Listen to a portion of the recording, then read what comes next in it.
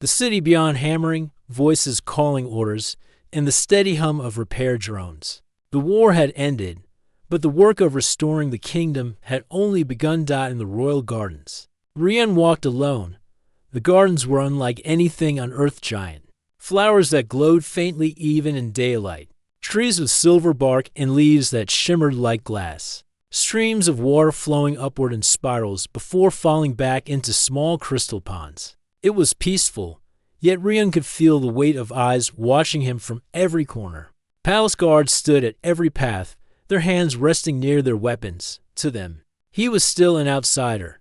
He didn't mind. He was used to suspicion. From the high balcony above the garden, Queen Tashira watched him.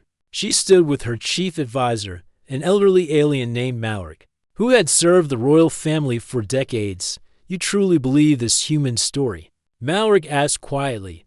I believe parts of it, the queen said. But men speak beautiful lies when they want something. Her eyes stayed fixed on Rian. That is why I will test him. Words are wind, actions are stone. And if he passes, Malric asked. The queen's gaze darkened slightly. Then I will have a choice to make. A choice I did not expect. Meanwhile, far below, Princess Alira walked quietly through the garden's shaded paths. She moved without sound, as if she were part of the garden itself. She had decided to see Rian face to face, though she would not yet reveal who she was. She wanted to judge him without the weight of her title between them. Rian stood near a pond, watching the waters spiral. He spoke without turning. You've been following me for a while. Alira froze. You have sharp senses for a human, she said, keeping her voice calm. I had to, Rian replied. War teaches you to notice things or you don't live long. She stepped into view, wearing a simple white robe, nothing like the royal gown she would wear in court. To him, she looked like any other young woman from the city. Though her posture was graceful and her gaze steady, you're the one who wants the princess, she said. Rian nodded. Yes, why? She asked plainly. He met her eyes. Because she saved my life. That's not enough reason to demand her from the queen, Alira said. Rian's voice was calm. It's not about demanding. It's about keeping a promise. I told myself I would stand by her side if I lived. I'm only trying to keep that promise. She tilted her head slightly. And if she doesn't want you there, then I'll leave, Rian said without hesitation. I don't force people to accept me. Alira studied him. His voice carried no arrogance, no attempt to impress her. It was as if he simply told the truth and left it for her to decide. She was used to people flattering her, trying to gain favor, or hiding their real thoughts. This human's blunt honesty was unusual. Before she could ask more, a voice called from across the garden. Human, the queen summons you. Rian turned toward the guard who had spoken, then glanced back, but Alira was already gone, slipping into the shadows of the silver trees. Back in the royal hall, Queen Tashira sat on her throne. The court was smaller today, only a few trusted nobles and commanders present. Rian stood before her. You asked why I doubt you, the queen began. It is because many have come before you, speaking of loyalty and honor, only to betray when it suited them. I will not let my daughter's safety rest on empty words. I understand, Rian said simply. The queen's eyes narrowed, searching his face for any flicker of fear or hesitation. She found none. Then hear the first of your trials. It begins tomorrow at sunrise. Rian waited. There's a place called the Beast Den, the queen said, a deep cave in the northern mountains. Inside it lives a creature older than the war, older even than my rule. Few who enter return. You will go there and bring back a shard of the luminous crystal that grows in its lair. Some nobles exchanged uneasy glances.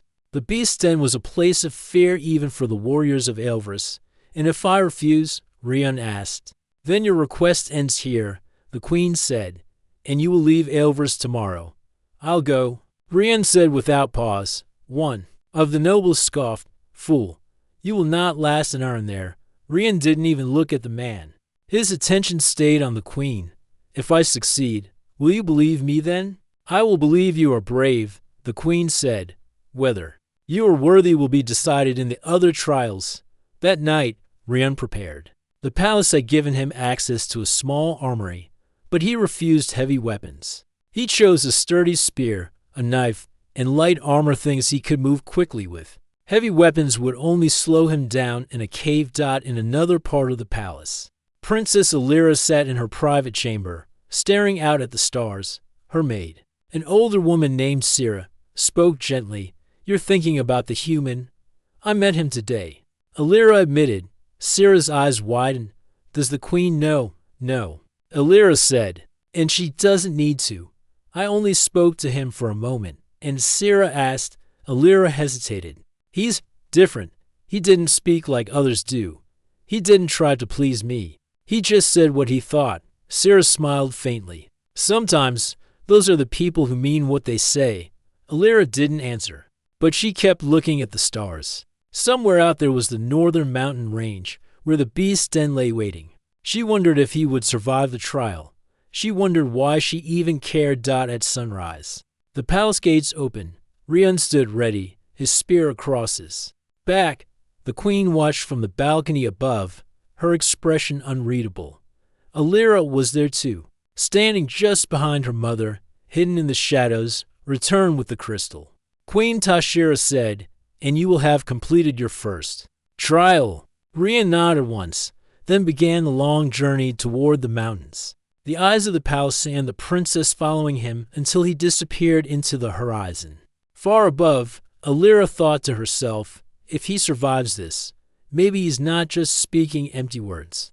The journey to the northern mountains took 2 days. Rian traveled on foot for most of the way, refusing the escort the queen had offered. He did not want anyone else's life in danger for his sake. The air grew colder as he left the green lands behind and entered rocky valleys. Tall peaks rose ahead, their tops covered in white snow that glowed under the sunlight. By the time he reached the base of the mountains, the sky had already turned gray. A thin mist rolled down from the slopes, curling around the rocks like ghostly fingers. Somewhere above, the entrance to the beast's den waited. Locals had warned him about the place. They spoke of eyes glowing in the dark, of footsteps that followed travelers even when they were alone, and of the beast's roar echoing for miles. Rian listened but kept walking. He had faced many dangers in the war. A cave and a creature, no matter how terrifying, would not shake his resolve. The climb to the entrance was steep. Loose stones slid under his boots, and cold wind bit at his face. At last, he reached a wide opening in the mountainside. The cave mouth was shaped like the open jaws of some ancient predator, its stone teeth sharp and jagged. From inside came a faint, pulsing light, the glow of the luminous crystal he had been sent to retrieve. Rian rested his spear against his shoulder and stepped inside. The air changed immediately. The cold wind outside vanished, replaced by a still, heavy silence.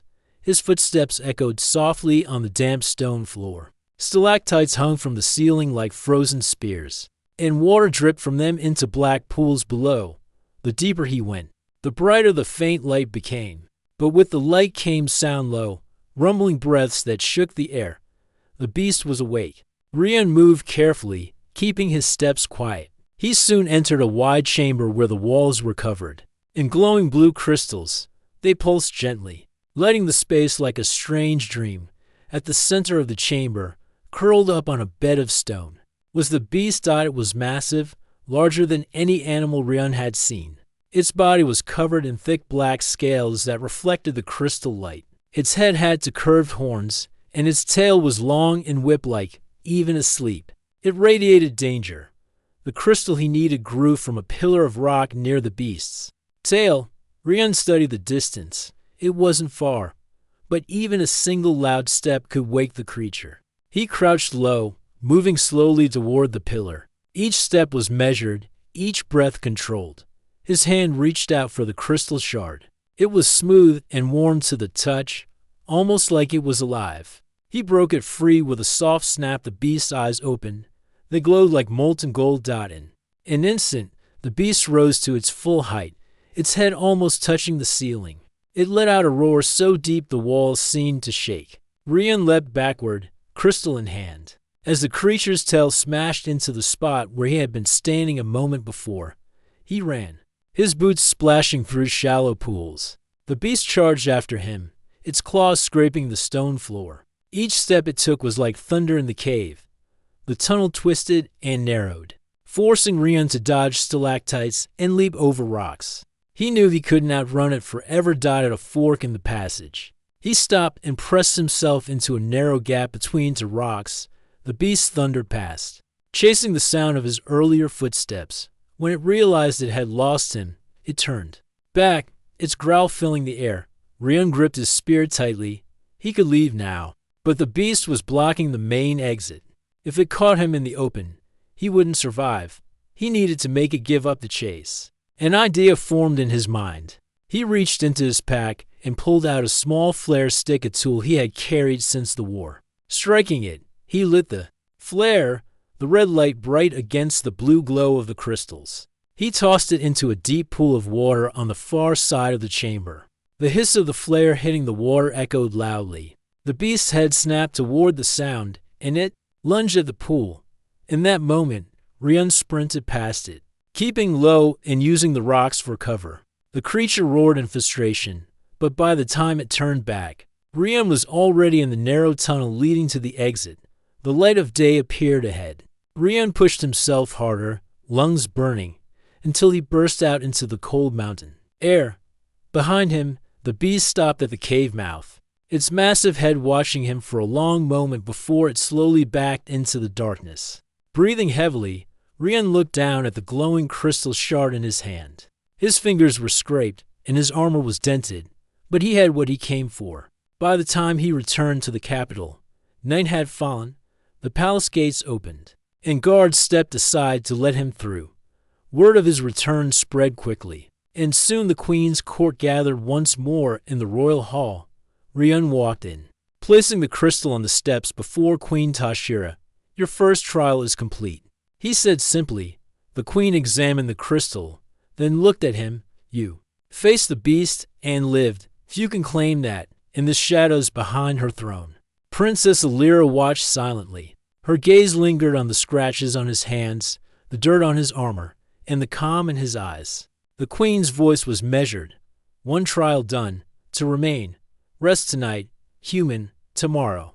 "You faced the Skyfall race." Rian nodded once and turned to leave, but as he passed the doorway, he thought he saw a faint movement in the shadows, someone watching him closely. It was Alira, and for the first time, she allowed herself a small smile. The next morning, the palace was alive with energy. Servants hurried through the halls. Guards checked their weapons, and messengers rushed in and out. But the greatest noise came from the royal hangar, where the ships were being prepared for the Skyfall race. The Skyfall race was not a game. It was a dangerous flight through an asteroid storm above the gas giant called Varian. Pilots from across the kingdom feared it. The asteroids were not only large and fast, they carried fragments of lightning storms from the planet's surface. One mistake could turn a ship into drifting debris in seconds. In the royal hall, Queen Tashira stood before her court. Rian was called forward. "Your first trial showed courage," she said. "This one will show skill. You will pilot a ship through the Skyfall belt and reach the beacon tower on the far side. The storm changes without warning. Even experienced pilots avoid it. If you reach the beacon, you will pass." Rian nodded. "And if I fail, then the race will end for you, forever." The court was silent. Some nobles looked at Rian with interest, others with pity. Many believed the human had survived the beast's den through luck. But luck could not fly a ship through Skyfall. The hangar doors opened, revealing the ships for the trial. Most were sleek, modern vessels with smooth hulls and advanced controls. But Rian did not choose one of those. He walked past them and stopped in front of a smaller, older model scarred from years of service, with dull gray plating and manual controls. A mechanic stepped forward. "That ship's not as fast as the others," he warned. "I know," Rian said, running his hand over the hull. "But I know how to make ships like this dance." From a high balcony above the hangar, Princess Alira watched. She leaned forward, curious why he would choose the weakest ship. Her maid, Sira, whispered, "Does he want to lose?" "No," Alira said softly. "He has a reason." I just don't know it yet. Soon, the pilot stood ready. The Queen had assigned four of her kingdom's best pilots to race alongside Rian. If he could not keep up, the storm would leave him far behind.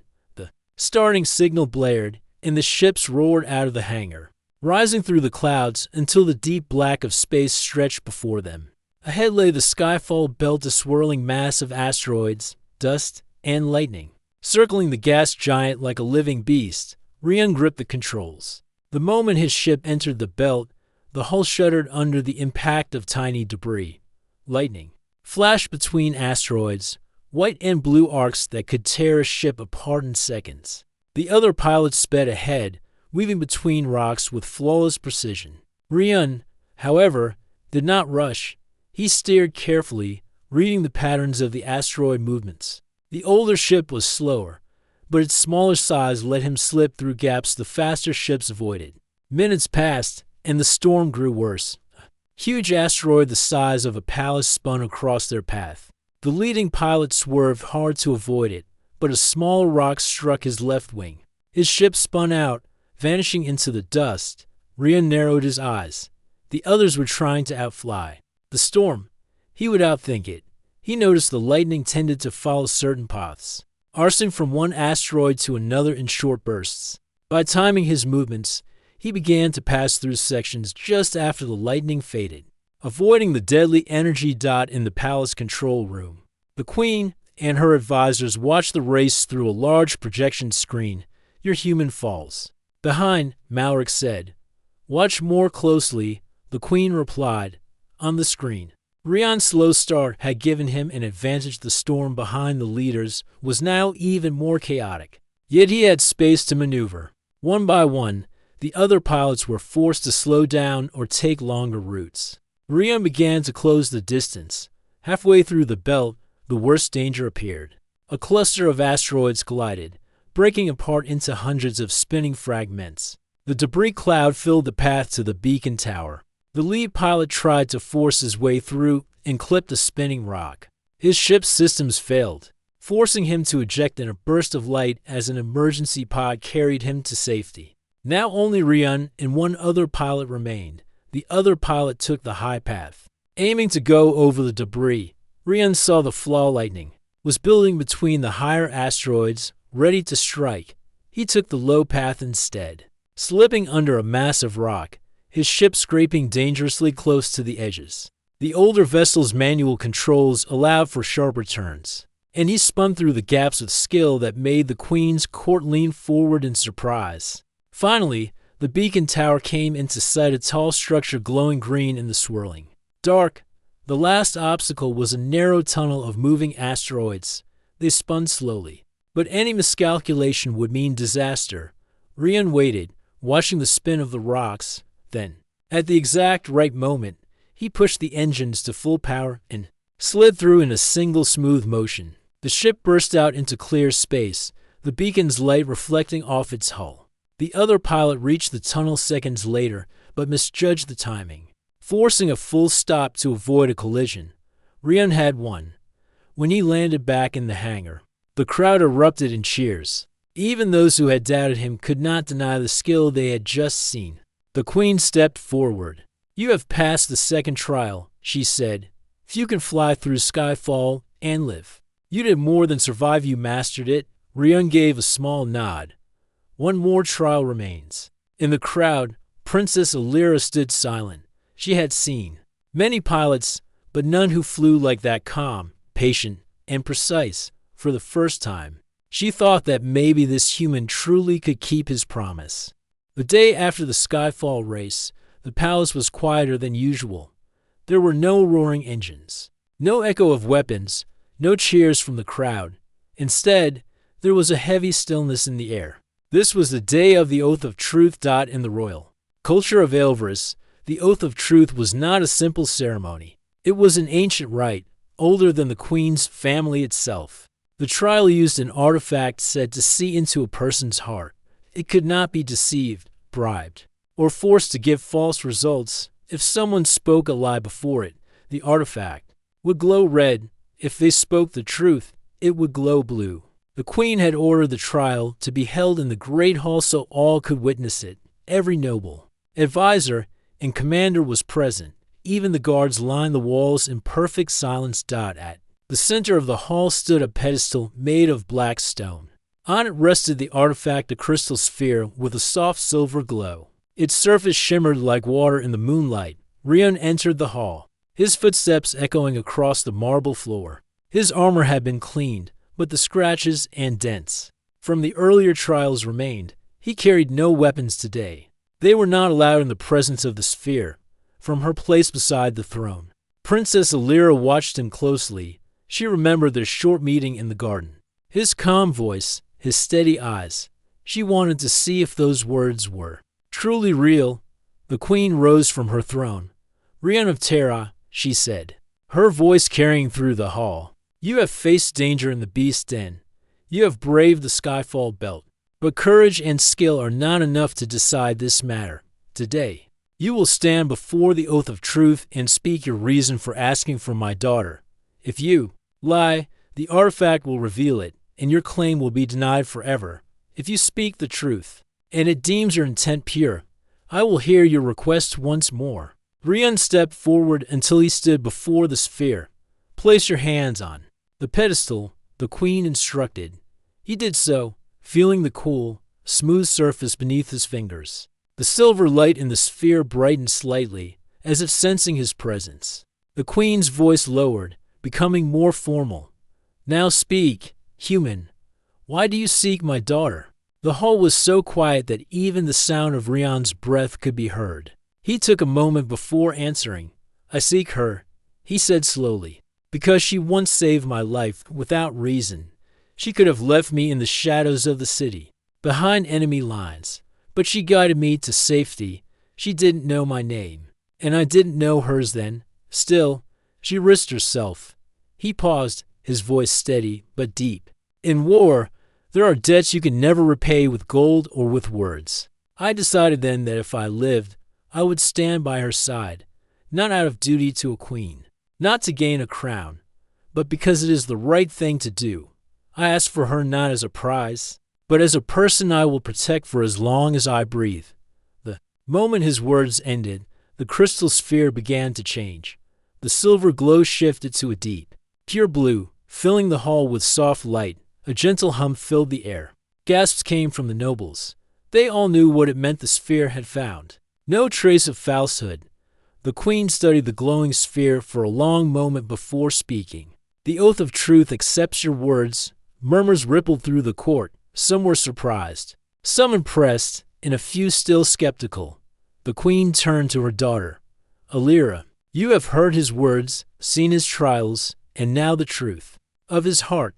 The choice is not mine alone.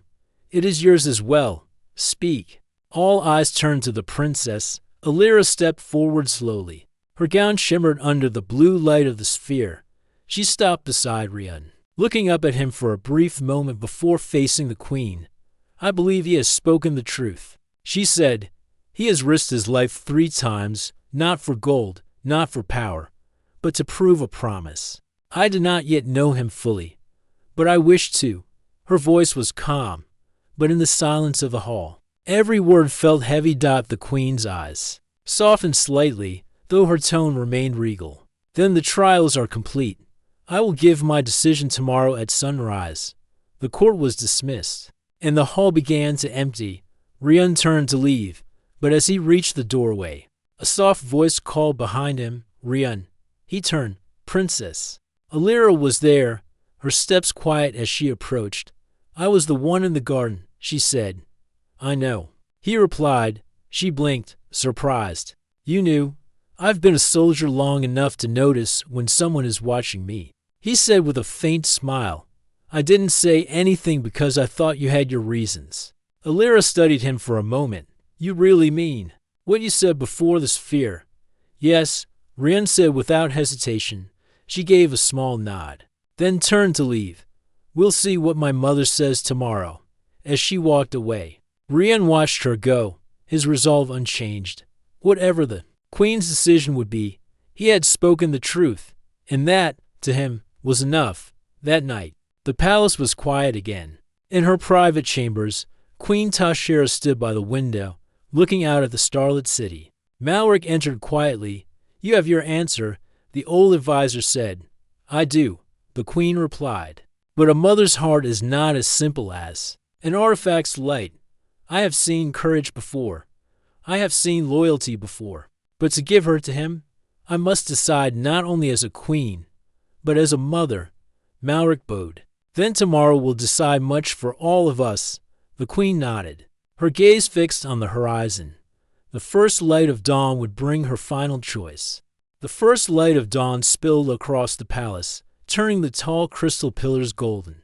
The city below was already awake, workers repairing streets, children chasing small glowing creatures through the squares, and merchants opening stalls. But in the palace, a heavy silence remained in the great hall. Preparations were underway. The Oath of Truth's crystal sphere still rested on its pedestal, now dim but still humming faintly. Guards lined the walls, standing perfectly still. Nobles took their seats, murmuring quietly. Everyone waited for Queen Tashira's announcement. Rian stood at the center of the hall, hands clasped behind his back, eyes calm. He had completed every trial. He had survived the beast den, conquered the Skyfall race, and proven his motives before the Oath of Truth. Now, all that remained was the queen's decision. From the shadows near the throne, Princess Alira watched him closely.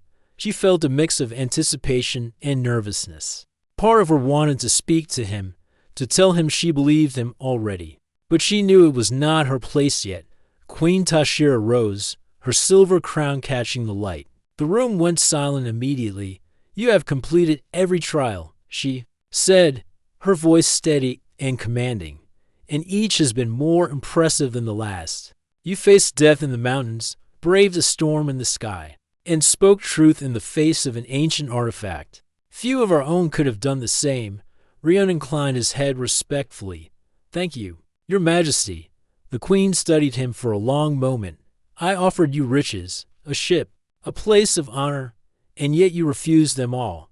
You asked for something far more dangerous, my daughter's trust and companionship." Rion's expression remained calm. "Yes, Your Majesty, not as a possession, but as someone I will protect and honor." The court whispered among themselves. Many were impressed.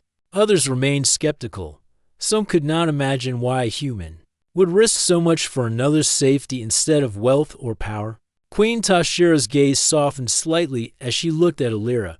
"And you, my daughter, you have heard his words. You have seen his courage and loyalty. The choice now rests with both of you." Alira stepped forward, her white gown shimmering in the morning light. She approached Rian slowly, her eyes fixed on his. "I have seen what you have done," she said quietly. "Not just the trials, but the way you act. You do not seek glory or favor. You do not seek reward. You do what is right. And I want to know the world beyond these walls with you." Rion's eyes softened. "Then I will go anywhere, Alira." Together, the queen studied the two of them. For a moment, silence hung in the hall. Then, finally, she spoke. "You have proven yourself," she said. "Rion of Terra, you may have my daughter's choice, but know this, protecting her means protecting the future of Elvris. Any threat to her will be a threat to the kingdom, and you will be held accountable." "I understand," Rion said without hesitation, "and I accept that responsibility." The queen turned to the court. "Let it be known that the trials are complete. The human has shown courage, skill, and truth, and my daughter has chosen him. May this choice bring honor and safety to our people." A murmur of approval spread through the hall. Some nobles clapped, some bowed to Rion. Even a few of the skeptical advisors nodded in quiet respect. Later that day, Rion and Alira met in the royal gardens. The morning sunlight danced across the silver trees, and the streams of water reflected tiny rainbows on the stone paths. Alira looked at Rion, her expression a mix of curiosity and relief.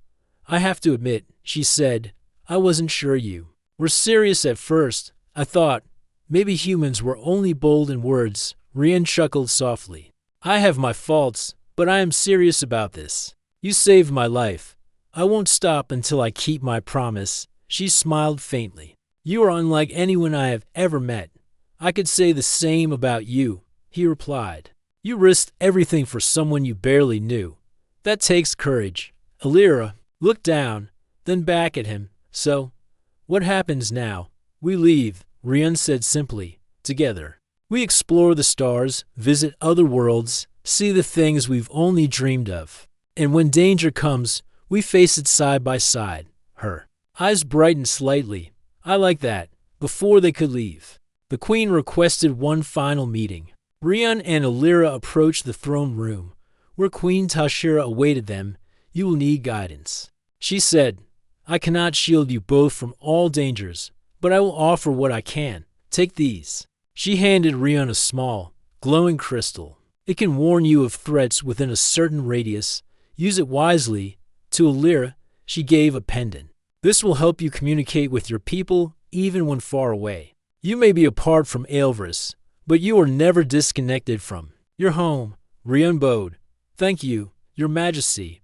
I will honor these gifts. Alira curtsied slightly. And we will make you proud, Mother. Queen Tashira's stern expression softened, and for the first time, a small smile appeared on her face. Go, then, see the galaxy. But remember, Aelvris will always be your home as well. That afternoon, the palace gates opened for the final time. Rian led Alira to a sleek starship that waited at the edge of the hangar. Its hull shimmered in the sunlight, engines humming softly.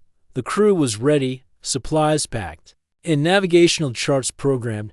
Rian helped Alira aboard first, then followed himself. As he strapped in, he glanced at her. Ready? He asked. She nodded, gripping his hand briefly. Ready, with a smooth lift. The ship rose from the hangar and entered the open sky. The city below grew smaller.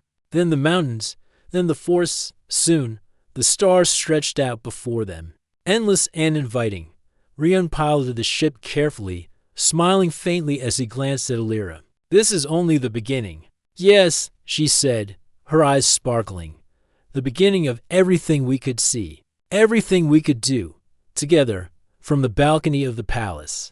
Queen Tashira watched the ship vanish into the stars. She felt pride, hope, and a small pang of worry, motherly worry, natural and deep. But she also felt peace. The trials had ended. The human had proven himself, and for the first time in many years, she believed that her daughter's choice could bring a new chapter of honor and courage to Aelvris. His starship glided smoothly through the black expanse of space, its lights reflecting softly on the polished surfaces of the cabin. Rian sat at the control console, hands steady on the levers, while Princess Alira leaned over the navigation panel, eyes wide with wonder. I never imagined the stars like this, Alira said, her voice soft but filled with awe. On Aelvris, we see planets and moons, yes, but not the endless vastness of space. Rian glanced at her and smiled. The galaxy is bigger than any one kingdom, bigger than any one war, and there's so much to see, learn, and protect. Alira nodded, her fingers brushing over the controls instinctively. I want to learn everything. About these ships, about other worlds, everything you know. I want to share with you. You will. Rian said simply, and you will teach me, too. I've been to many battlefields, many cities, many systems, but I have never met anyone like you. I want to understand your world as much as I want you to understand mine. The hum of the engines filled the cabin, a steady, comforting sound. Outside, stars streaked past as the ship accelerated, heading toward the unknown sectors of the galaxy. Their first destination was a small trading planet called Verena, known for its floating markets and rare minerals. Rian had chosen it not for adventure, but to practice together, to see how they could work as a team beyond the trials they had faced. Upon landing, the doors of the starship opened to reveal a bustling city. Merchants called out their wares, selling glowing fruits, shimmering fabrics, and machines that moved on their own. Aliens of many shapes and sizes moved among humans and Aelvarians alike, trading and laughing. Alira's eyes sparkled. It's amazing, she whispered. She took Rian's hand, and together they stepped out into the crowd. Rian kept a careful watch. Even in a peaceful place, He had learned to always be alert, stay close. He said gently, some traders might be friendly, but others, not all of them are honest. Alira laughed softly. I've learned that about my own people. But I trust you. I know you'll keep me safe. As they explored the floating markets, Rian and Alira found a small stall run by an alien named Tavern, who traded knowledge and maps of unexplored systems. Tavern had bright green skin and eyes that glowed like lanterns in the dim market light. You're far from Aelverus, Tavern said, examining them curiously. Most don't travel with a princess in tow. Dangerous work, I must say. Rian smiled. We're not just visiting. We're learning. We want to understand the galaxy, its dangers, and its wonders. Tavern nodded, impressed. Then perhaps this map will interest you. He handed them a rolled parchment. It shows a route through the Lumen fields, where stars are born. Few have traveled there without a ship that can adapt to gravity fluctuations. Even fewer have returned with their crew intact. Alira unrolled the map, her eyes lighting up with excitement. Rian, we could go there next. Imagine what we could discover. Rian looked at her, a small smile on his lips. Then we'll prepare. But we go together, every step of the way. No rushing, no taking unnecessary risks. The galaxy is vast, but we must respect it. Over the next few days, they explored Verena, learning about alien cultures, trading with merchants, and practicing navigation and starship controls. Rian taught Alira how to pilot small craft, while she taught him how to read ancient charts and symbols that marked dangerous areas of space. One evening, as they sat on the balcony of their small inn, watching Verena's moons rise over the city, Alira turned to Rian. You've changed me, she said quietly. Not just because you saved me, but because you make me feel brave. Not like a princess, but like someone who can choose her own path. Rian's hand found hers. And you've changed me too. I thought I knew courage, and I thought I knew loyalty, but you've shown me a different kind of strength. One that doesn't come from surviving battles, but from choosing hope. Alira smiled, resting her head lightly against his shoulder. Then we will keep choosing, Rian. Every day, together. Their journey continued through the galaxy, each system bringing new challenges and new wonders. They navigated asteroid storms, discovered floating gardens and abandoned space stations, and helped small colonies threatened by natural disasters. Each experience strengthened their bond, and the stories of the human and the princess spread among traders and travelers as symbols of courage, partnership, and honor. Even though they faced dangers, they faced them as one. Rian's training and common crisis, combined with Alira's intelligence and insight, made them a team few could match. And every time they returned safely to a planet or station, their laughter echoed through the corridors of the starship, a reminder that the galaxy was not only full of danger but also wonder. One quiet night, as they drifted near the edge of a nebula, Alira looked at Rian. Do you ever miss home? She asked softly. Rian considered. Sometimes. But home is not just a place. Home is where you are safe, where you are valued, where you belong. And right now, home is with you. She reached out, taking his hand. Then we'll make every place we visit feel like home. The stars glimmered around them, painting the ship's windows with colors no artist could ever capture. The galaxy stretched endlessly ahead, full of mysteries, dangers, and beauty. But for the first time, Rian and Alira felt ready to meet it all together. With courage, trust, and loyalty guiding them, they set course for the unknown, confident that whatever challenges awaited, they would face them side by side, the human and the princess, bound not by duty or crown, but by honor and promise, embarked on a journey that would become legend across the stars. And in that vast, infinite galaxy, they had found something more powerful than riches, more precious than crowns. Each other. The alarms had been ringing for so long that Rian could no longer tell when they had started. The space station's walls shook every few seconds, each vibration coming with the distant sound of explosions. Lights flickered above, casting shadows. Across the corridor, the air was thin and hot, carrying the scent of burning metal. Rian was on his knees, holding his side, His combat suit was torn, and dark red stains spread across it. The last blast had thrown him against the wall, and his helmet visor was cracked. He tried to breathe slowly, but each breath came with a sharp pain. His squad had retreated minutes ago, but he had stayed behind to cover them. Now, there was no one left. His ears picked up a faint hiss of escaping air somewhere above him. The station's artificial gravity flickered for a second, making him feel weightless before slamming him back down to the floor. His vision blurred, and he leaned against the wall, gripping his rifle even though his arms felt too heavy to lift it. Something moved in the smoke at the far end of the corridor. Rion's first thought was that it was another scavenger or enemy soldier. His hand tightened on his weapon, but the figure that appeared was unlike anything he had ever seen.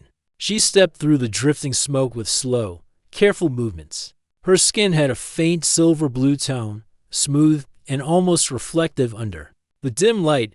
Her eyes glowed faintly like deep ocean water catching sunlight. The most striking feature was her long, fin-like tail that shimmered with a soft blue light. It swayed gently behind her as she walked. Rion had seen aliens before during patrols on the border worlds, but nothing like her. Her movements were graceful, as if she was swimming instead of walking.